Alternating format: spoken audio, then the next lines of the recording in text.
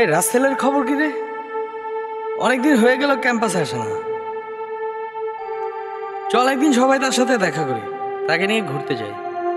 না রে, সে নাকি কারোর সাথে কথা বলে না, সারাদিন ঘরের মধ্যে একা একা চুপচাপ বসে থাকে, ঠিকমতো খাওয়া দাওয়া করে না।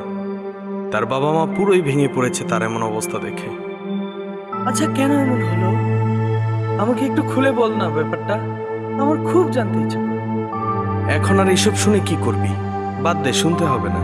প্লিজ দোস্ত, একটু বল, রিকোয়েস্ট করছি তোকে। আচ্ছা শোন, রাসেল ছিল আমাদের মধ্যে সবচেয়ে সাহসী এবং চঞ্চল, আর আমরা তিনজন ছিলাম ক্যাম্পাসের 3 ইডিয়টস। আর আনিকা ছিল খুবই ডেঞ্জারাস মেয়ে, যে কোনো ছেলেকে যখন তখন হামলা চালিয়ে দিত সে। এক কথায় সাইকো গার্ল। বাহ, কি সুন্দর ভিডিও। রাসেল, তুই যে এমের ভিডিও করেছিস, এমে জানতে পারলে তোরা মারা ফেলবে। এই কি করবে রে ওই মেয়ে? আমার কি করবে মানে? তোর কেলাবে। শোন, আমি রাসেল বাজি লাগলাম, ওই মেয়েকে আমি আমার প্রেমের ফাঁদে ফেলবো। ওকে, রাজি। ওকে,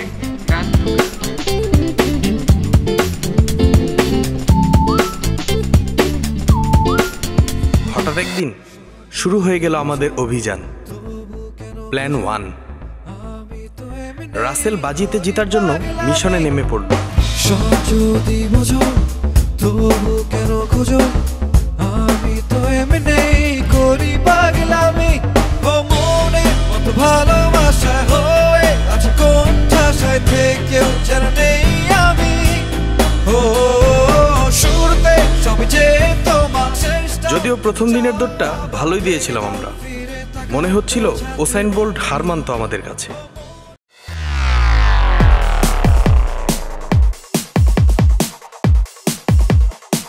আহারে বেচারা ছেলেটা, সেদিন আমাদের জন্য কি ধুলাইটাই না খেয়েছিল।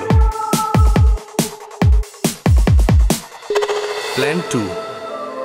রাসেল মেয়েটার জন্য পাগলামিটা অনেক বেশি করতে লাগলো, আর আমরা তাকে পুরোপুরি সাপোর্ট দিলাম।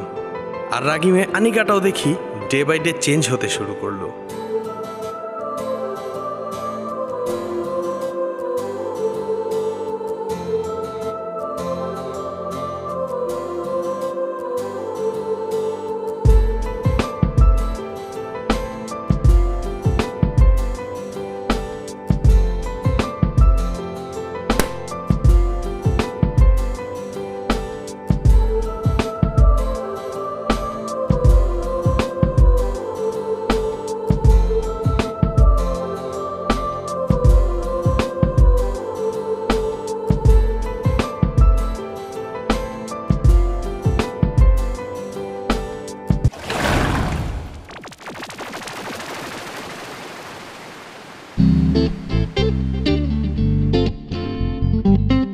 প্ল্যান 3।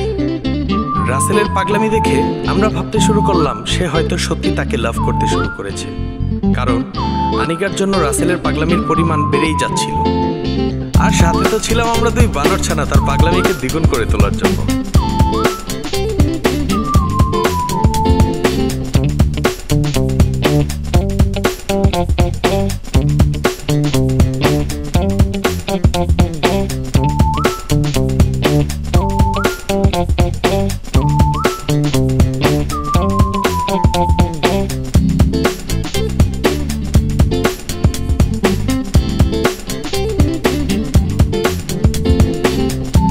প্ল্যান 4।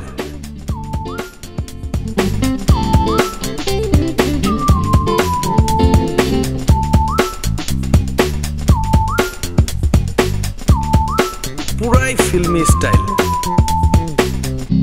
হিরোইন পড়ে যাবে, হিরো দৌড়ে গিয়ে ধরবে। বাট এ কি হলো? দেখি আমাদের হিরো উল্টা তার কোলেই পড়ে গেল।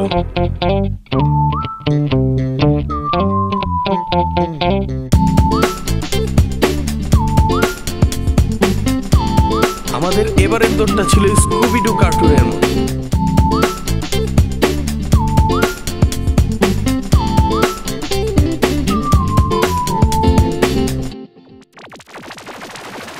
ভাবলাম এবার রাসেল রামধুলাই খাবে।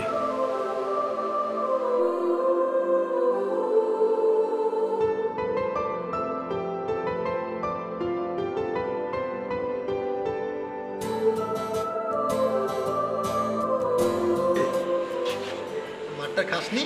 সব তো ঠিকই আছে। হ্যাঁ, তো মুখে আবার দেখি দেখি দেখি। বাহ, বাহ, কিন্তু দেখ, না, দেখ, দেখ, দেখ। দেখলাম আনিকা সিরিয়াসলি রাসেলকে লাভ করে ফেললো। ভাবলাম রাসেল অনেক এক্সাইটেড হবে বাজির ব্যাপারটা নিয়ে। শেষ পর্যন্ত তুই করতে পারলি। We win. Yes, yes. দোস্ত, শেষ পর্যন্ত তুই বাজিতে জিতে গেছিস, তুই উইন। না রে, এটা বাজি ছিল না। Dipu I ball.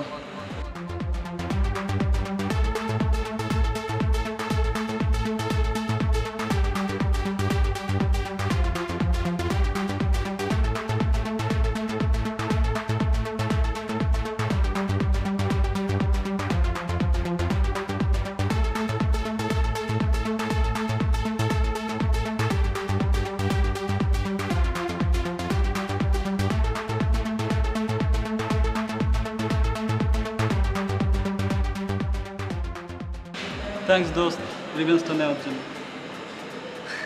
অ্যাকচুয়ালি এটা আমাদের প্ল্যান ছিল। ওই মেয়েটা অনেক উচ্ছৃঙ্খল, তাকে শিক্ষা দেওয়ার জন্য আমরা এটা প্ল্যান করছি। এটা কোনো বাজি ছিল না। ও যার তার সাথে খারাপ ব্যবহার করতো, ও আমাদের ফ্রেন্ডকে অনেক মারছে। সো আমরা এটা রিভেঞ্জ নিচ্ছি। তো তুই কি বলতে চাচ্ছিস? তবে আমার মনে হয় এখন তাকে সত্যটা বলে দেওয়া উচিত। কেন, তুই কি মেয়ে প্রেমে পড়ে গেছিস? পাগল তুই, ওই মেয়েকে আমি লাভ করব? দোস্ত, এমন টাইপের মেয়ে আমার পছন্দ না।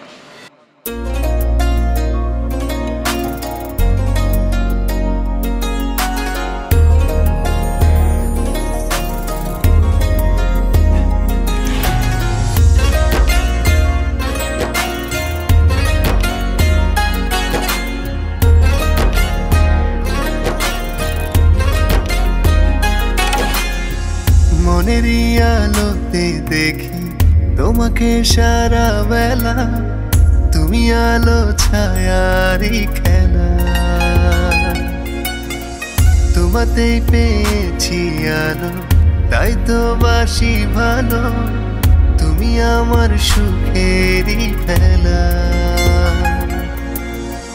তুমি ছাড়া আছে বলো কার আমাকে বোঝার ক্ষমতা, চোখেরই আলো তাই খুঁজি না, তুমি ছাড়া বুঝি না, চোখেরই আলো তাই খুঁজি না, তুমি ছাড়া বুঝি না।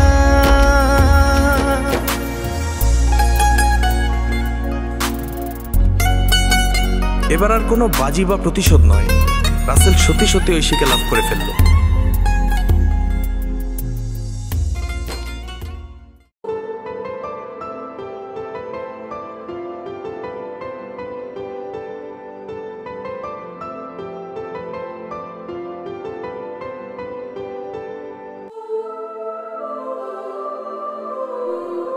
আর এভাবেই চলতে থাকলো রাসেল আর ঐশীর লাভ স্টোরি।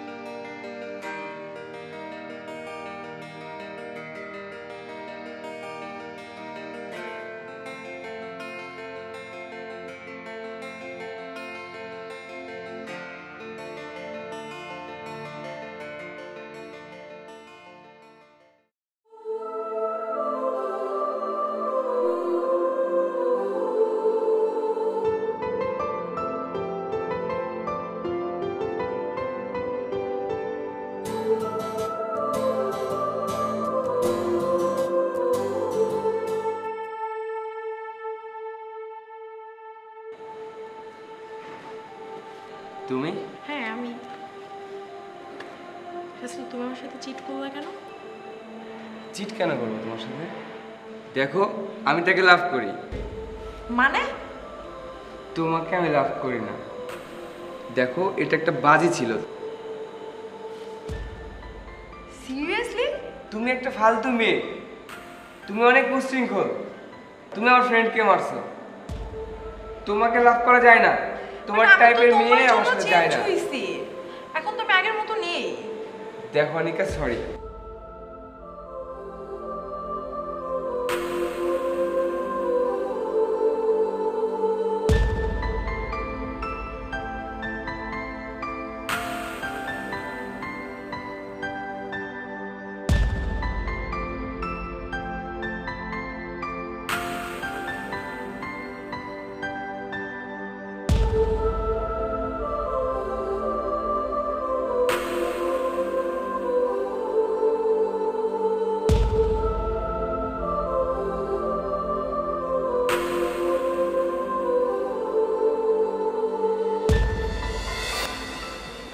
রাসেল, কিরে আবারছিস কেন?